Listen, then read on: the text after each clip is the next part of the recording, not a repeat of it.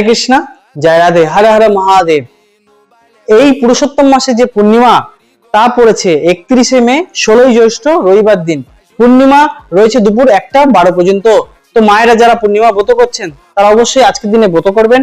এবং মায়েরা কেনই ব্রত করে, পূর্ণিমার দিনে পূর্ণিমার কি এত মাহাত্ম্য আছে, এবং পুরুষোত্তম, বিশেষ করে পুরুষোত্তম মাসে যে পূর্ণিমার মাহাত্ম্য তা পাবেন আপনারা আমার ইউটিউব চ্যানেলে এই বড় ভিডিওটিতে দেখে নেবেন।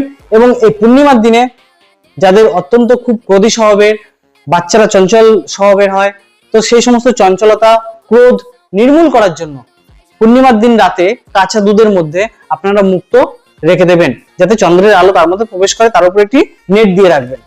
পরের দিন সকালবেলা মুক্তটাকে বের করে রাখবেন এবং সেই কাঁচা দুধটি সেই ব্যক্তিকে পান করাবেন। কিছুটা পান করালে সেই ব্যক্তির ক্রোধ শান্ত হয়ে যাবে, মস্তিষ্ক ঠান্ডা হয়ে যাবে। তো এইভাবে পূর্ণিমাটি আপনারা পালন করবেন।